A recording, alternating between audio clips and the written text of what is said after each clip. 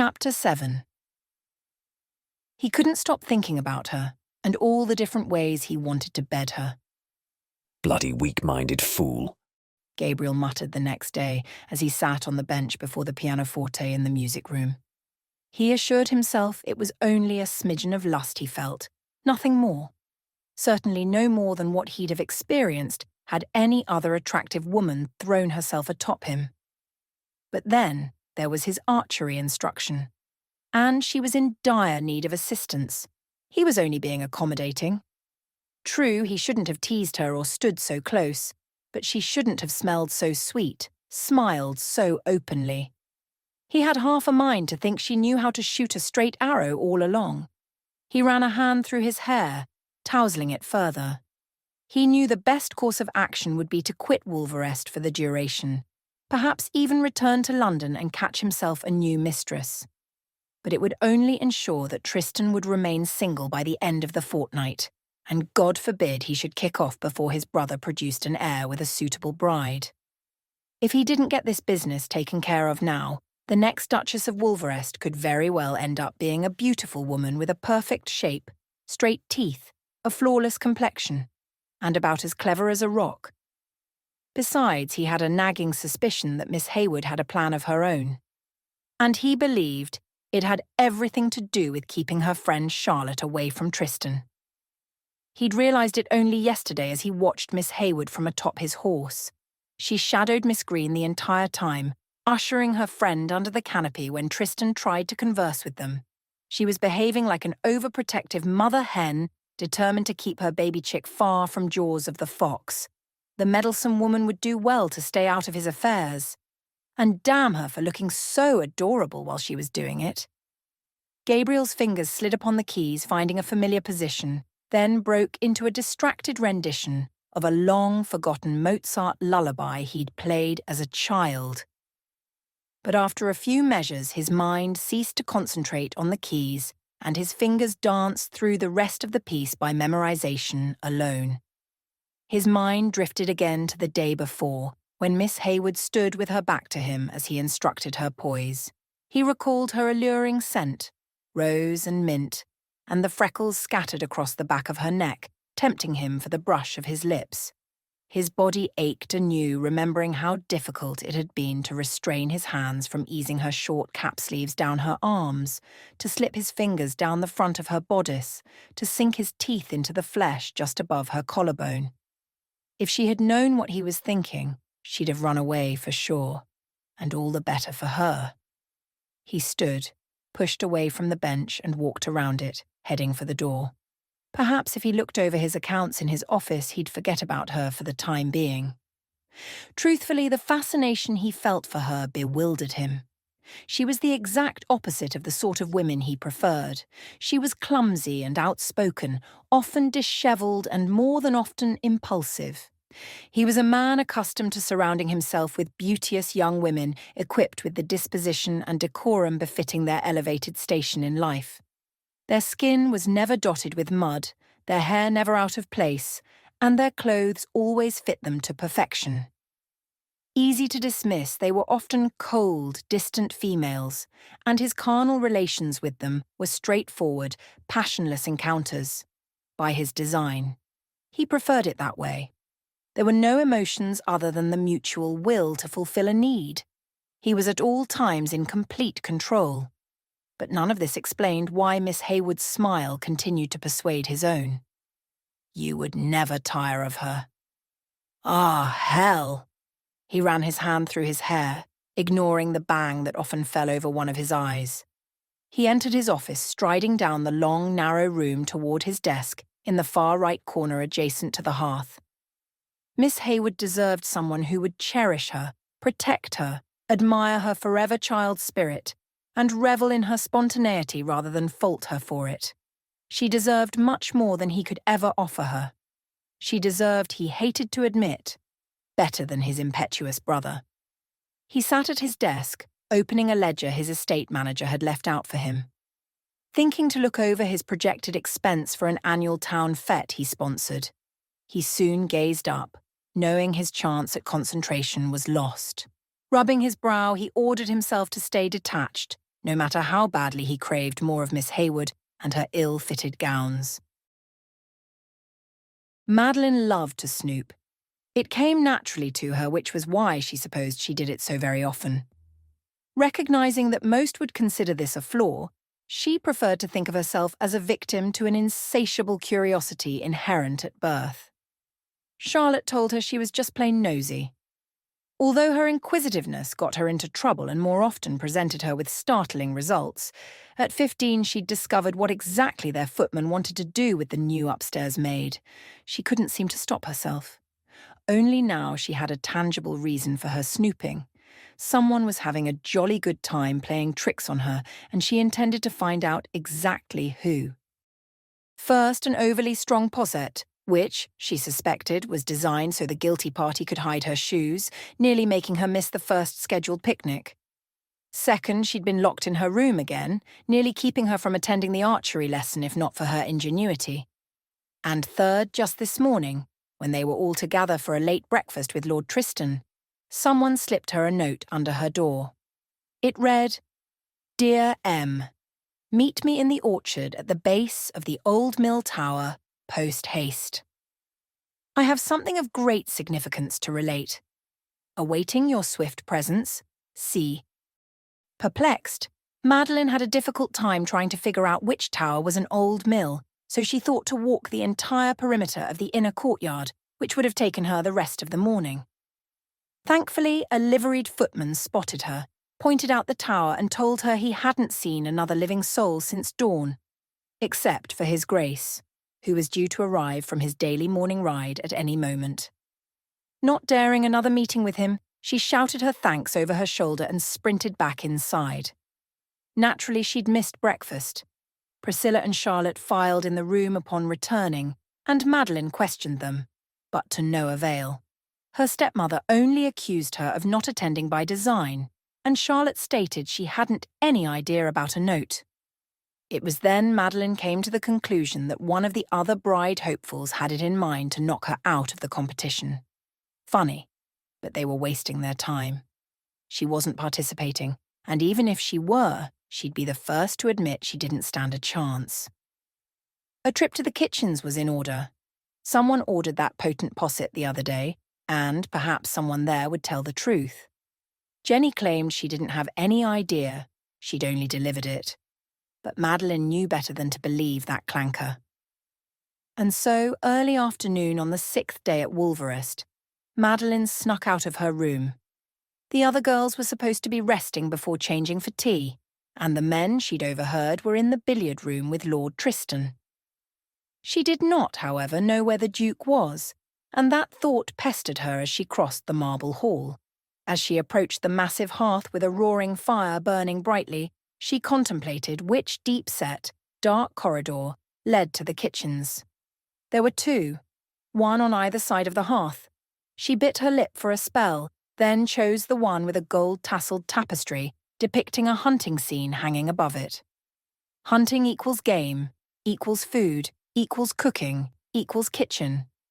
Simple enough, and if she was wrong, there was little else she loved to do in a 400-year-old castle than snoop around. Turning the corner, her eyes took a moment to adjust to the shadows. After a moment of blinking and squinting, she spied a lone sconce down the hall and ambled toward it. The berry-coloured walls were lined with various paintings, mostly of men in battle or men on the hunt. There were others where the shadows yet clung and she couldn't make them out. She paused and admired a few and strolled by others, finally arriving at two sets of doors. The first set were locked, but the second opened easily.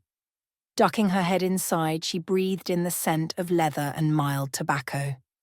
It was certainly not the kitchen, but the strong masculine presence ignited her senses. What would hurt should she take a peek? Books lined the walls from floor to ceiling on the two parallel sides of the long, narrow room. The gleaming floor was of polished wood, with intricate Turkish rugs placed underneath groups of furniture gathered to inspire one to sit, read, or converse. At the far end, a cheery fire crackled in the grate behind two wing-back chairs, a red lap blanket thrown over the back of one. To the far right, in an alcove, crouched a huge mahogany desk. The mullioned windows behind it showed a grey day, offering little help in lighting the deep chamber. It occurred to her then that the room was designed to intimidate. Anyone sent to walk down the long room to stand before that desk and receive a reprimand had to be in possession of great courage. She squinted into the shadows dancing within the room, thinking she saw movement behind the desk. Do you need something? She jumped a foot. Oh dear. She said breathily with a hand thrown to her throat. I didn't know, that is to say, I hadn't imagined. Miss Haywood. Gabriel called crossly, looking up from a stack of ledgers upon his desk. Do you need assistance? Ah, no. She answered firmly. He looked the stuffy, arrogant aristocrat today, scowling as he was at her. Dressed almost entirely in black, he was nearly invisible in the dimly lit room. His cravat was twisted in an intricate knot, his obsidian hair tousled around his face. He exuded confidence, business, and a touch of wickedness. She was glad for the shadows in the room, for she was certainly as red as a ripe Yorkshire apple.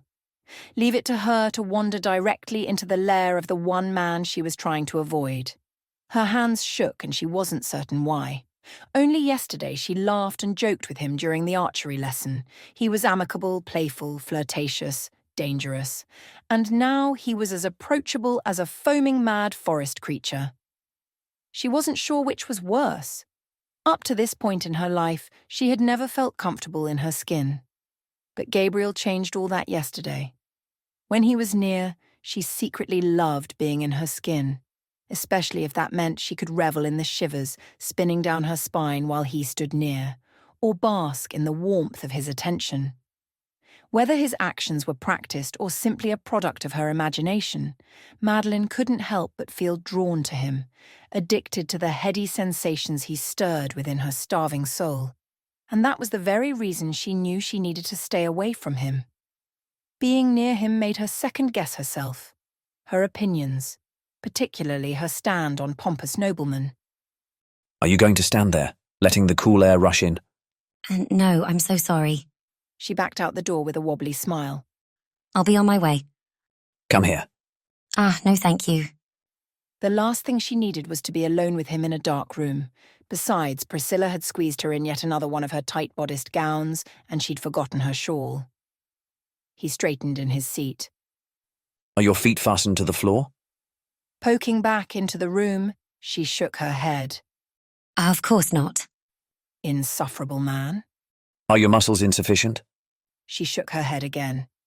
Is that no, or shall I ascertain the suppleness of your legs with my bare hands? My legs are just fine, thank you. She stated calmly, though the picture he painted flushed her with unwelcome heat. Then come here. He ordered. Obviously out of her head, she stepped back into the room. Surely this wasn't as risky as her conscience was screaming to her that it was. She'd been alone with him more times than she dared count, and he'd never tried to ravish her. And why would he want to ravish you? Funny, but the voice inside her head sounded suspiciously like her stepmother. She wanted to strangle that voice. Pursing her lips, she shuffled over, the swoosh of her pale blue walking dress the only sound in the room other than the occasional pop and hiss of the fire. She came to a halt 2 feet in front of his desk. I must ask, he said, his silvery blue gaze glinting in the firelight as he perused her from the top of her head to her waist and back again. What prompted you to invade my private office? She looked about her. I had no idea. You see, I became lost. Really? He asked, disbelievingly. He leaned back in his chair, studying her face with hooded eyes. Mm-hmm. His gaze dropped to her bodice and stayed there a long time. She was suddenly acutely aware of the strain on the fabric. Your stepmother dresses you abominably. Her face flamed with embarrassment. He was telling the truth. In fact, she agreed with him. But only an unfeeling, selfish beast of a man would have the audacity to point out to a lady that he didn't admire her fashion. In that moment, she fairly thought she hated him, just as she should have from the start. Like almost all the others, this gown is on loan from my stepmother. She bit out. Which is why I suppose it doesn't quite fit properly. I'm aware of the limitations of my wardrobe. Unfortunately. He rose out of his chair and rounded his desk to stand before her. So am I. He grinned at her. Grinned. He insulted her, very nearly made her cry, and then he grins. Blinking up at him, she prayed he couldn't see the moisture gathering in her eyes. Many people had insulted her, and with her clumsiness, she had to admit she supplied them with ample ammunition. But his criticism cut straight to her heart. And the realization that this man could hurt her so easily, so casually, unsettled her. She knew he was arrogant, and she should have expected snide remarks and dark glances, but at some point an uninvited flicker of hope had come to life within her. The hope that she was wrong about him. Madelyn bit her lip in agitation. Is this why you asked me to come to you? To judge my attire? Did you need the light of the fire to be certain?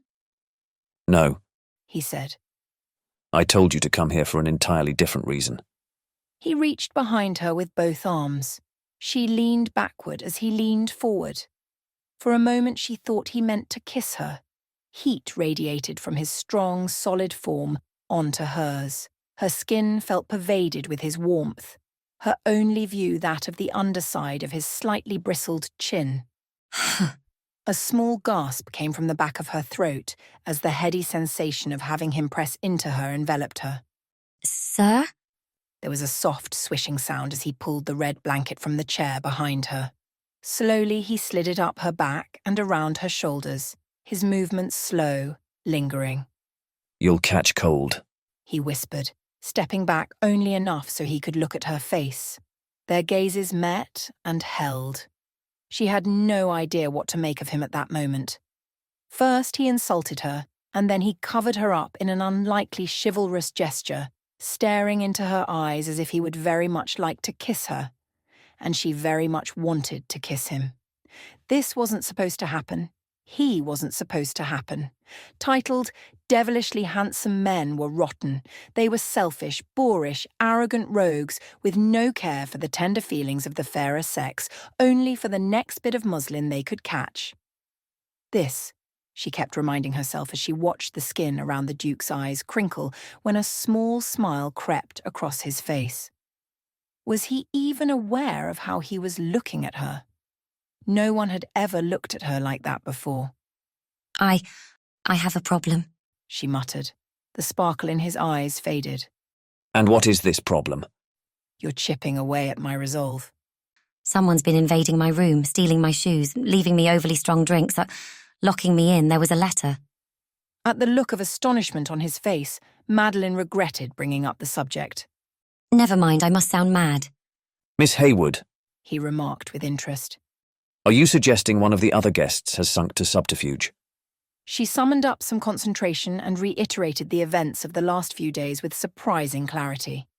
Gabriel nodded at the appropriate times and appeared to be taking her concerns seriously, although, no matter what they were talking about, his light eyes seemed to bore into hers with wicked promise, as if he knew some undiscovered dark secret about her, like he was only half listening to her while his mind played out sinful imaginings, something like what her footman had wanted to do with their new maid.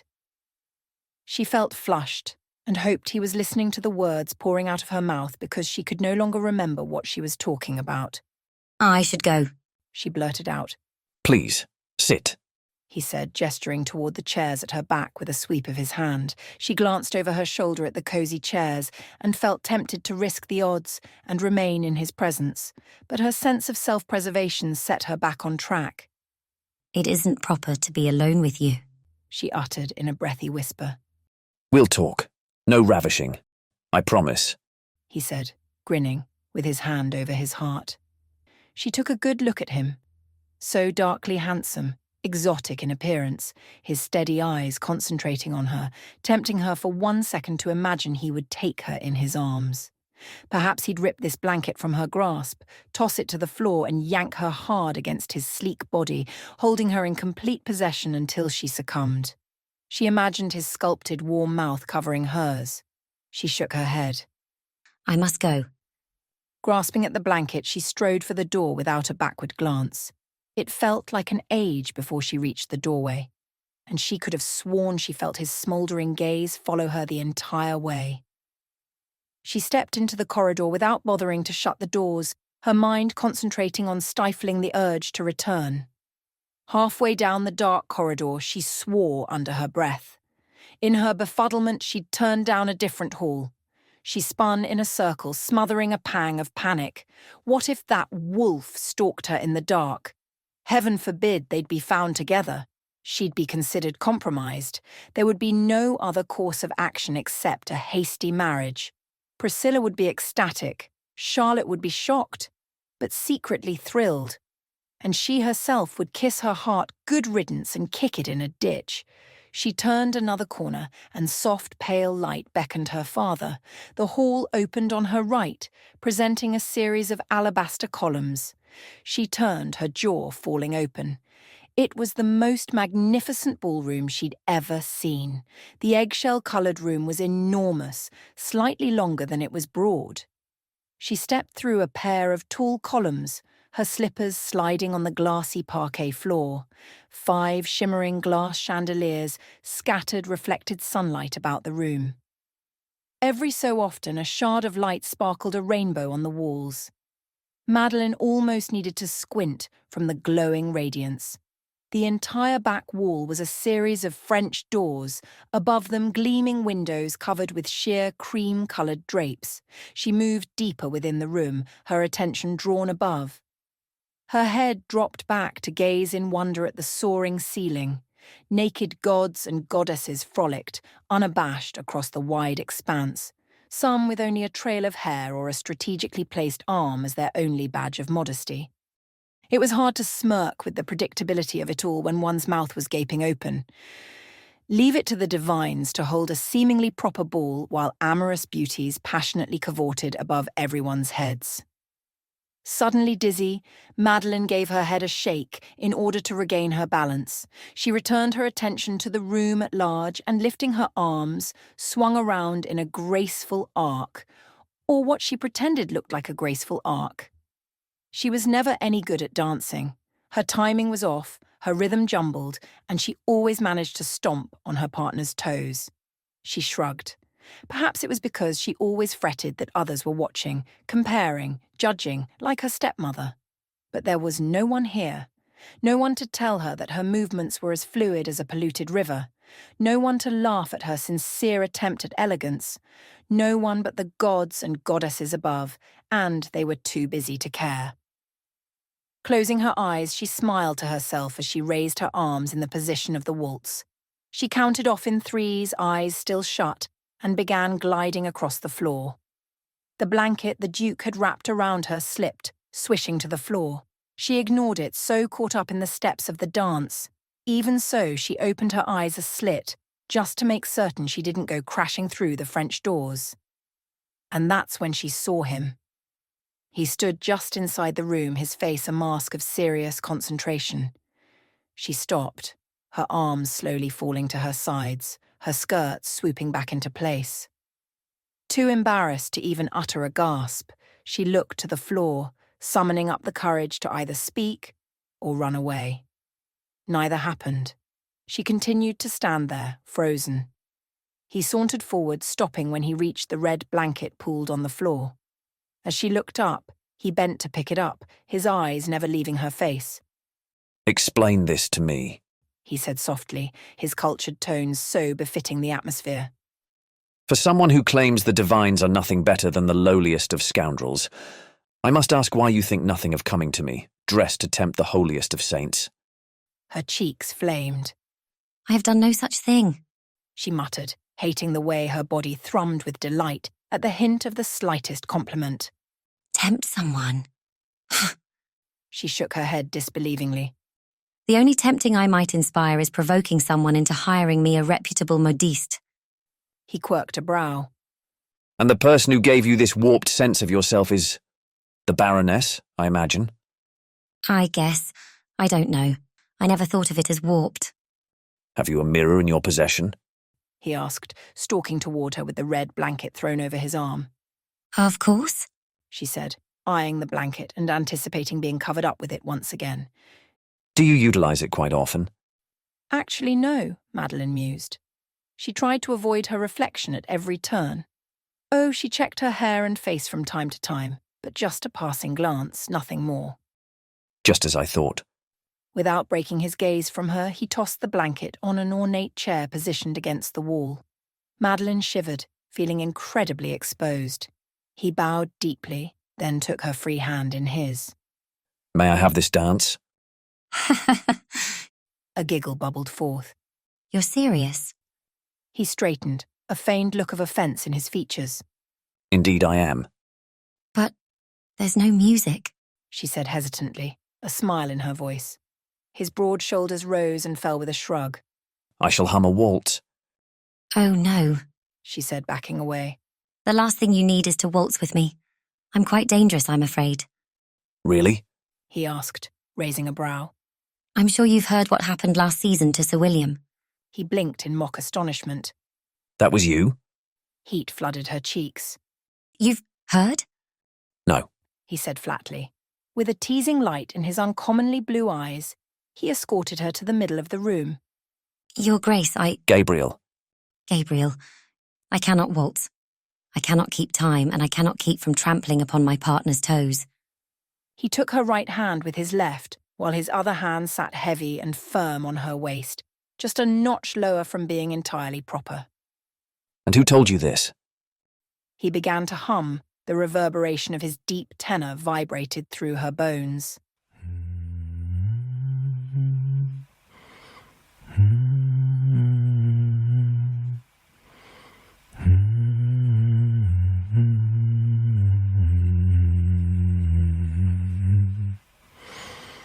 Madelyn hesitated, partly because the sound of his low voice was mesmerizing, and partly because she thought he was asking a question he already knew the answer to, in order to make a point.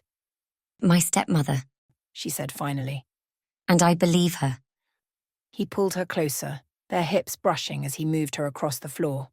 Nonsense, he drawled between humming. You were doing a perfectly fine job of it by yourself when I came upon you. Her blush bloomed anew as she imagined what a sorry sight she must have been when he came upon her. You danced like an angel, he said softly. It was different. I wasn't worrying about making a mistake, and I had an imaginary partner who, naturally, hadn't any feet. A gentleman is responsible for guiding his partner, he said, pausing between humming to speak. Did you ever consider it was your partner who caused your missteps? Or your stepmother's critical eye, distracting you from keeping time? I don't know, she said, pausing in thought. I suppose... You seem to be doing a smashing job presently. And she was. They were. And she hadn't even realized they were in the steps of the dance until now. He controlled her every movement with ease and confidence. A bubble of laughter escaped from her chest, and she smiled the widest, most uninhibited smile she had ever managed in her entire life. With each swirling step across the expanse of the ballroom, all of her insecurities and misgivings scurried and hid from the light in her laughter, the joy in her heart. And with a dizzying sensation, she surrendered herself to the glory of her partner's masterful control. The rhythmic rise and fall was mesmerizing, and with Gabriel, incredibly easy and natural. He spun her faster, and she felt as if she were flying, and he, her anchor, her guide, keeping her safe from falling flat on her posterior. His soft humming ceased, his gaze locking into her own. They continued to twirl about the room, in perfect time, in perfect silence, constantly whirling. She felt elegant, graceful, and very much like laughing again. It bubbled forth, and she closed her eyes, laughing without reservation. And he joined her, his deep chuckles heartening her further. Effortlessly, Gabriel repeated the turns, her feet never colliding with his, their rhythm never faltering. When her fits of giggles crumbled into a delighted sigh, she opened her eyes and realized that they'd stopped right where they had begun. Madelyn breathed deeply, trying to catch her breath. It was hard to do while Gabriel's azure gaze sparkled with such heat into her own. Your smile is enchanting, he whispered. And when you laugh, you are utterly captivating. Her wide grin wavered, then fell, So stunned was she at his compliment. She gave her head a tiny shake, thinking to dispel the charm of his words. Dizzy? He asked, the exertion of the dance apparently not affecting his breathing as it did hers. No, not at all. She said on a sigh. Oh, Gabriel, that was absolutely wonderful. He retrieved the blanket from the chair and she felt it being swept around her shoulders again, his hand holding it tightly closed between her breasts. Blinking as if coming out of a trance, she sobered and met his steady gaze. Gone was the teasing light, the arrogant gleam, and in its place was a penetrating stare, making her desire nothing more in the world than for him to touch her. And then his voice washed over her, low and smooth. I do not know how. He said softly, his gaze centered on her mouth. And you certainly have no idea of the effect you have on me. Swallowing, his expression changed to one of confusion, as if, in the act of sorting out his thoughts, he'd come upon some new discovery. Gabriel. Madelyn whispered, trying to draw him out of his thoughts. Infernal man, why did he have to say such nice things? Why did he have to go and make her dream of a life shared with him, of loving him? We are alone again, she said, staring at his mouth. A sensual pull grew between them. Her mouth parted slightly. Indeed, he agreed. With a sharp tug, he pulled her to him using the blanket still in his grasp. His mouth an inch above hers, he brushed his lips across hers in a maddening, achingly slow, feather-like sweep, back and forth and once again. Instead of shock, tingles of shivers shimmered down her body, down her breasts, her stomach, her legs. Almost to the point of whimpering, she felt her muscles threaten to go limp, so willing was she for his touch. And then his mouth sunk into hers for a brief yet lingering taste. His lips felt smooth and hard, and Madelyn struggled with the urge to stand on her tiptoes for more pressure, for more of him. But he pulled away too soon, releasing his grasp on the blanket. She nearly stumbled back, but he steadied her shoulders. Then he cupped her face in his hands as if she was fractured glass, gazing down at her in that peculiar fashion of his. It isn't right for you to look at me like that, she murmured. Like what? He asked, his hands falling away. It had to be false, for he seemed stunned by her declaration, and his arrogant mask slid back into place. She dipped in a curtsy, bowing her head. Thank you for the dance. I enjoyed it. He bowed. It was a pleasure. She bit her lip and looked down, unable to meet his gaze any longer. Whether the reason was because she doubted his sincerity or because she feared he could somehow tell how much she wanted him to kiss her again, she didn't know. With that scandalous thought inside her head, she tightened the red blanket around herself and dashed out of the room. What is, Papa?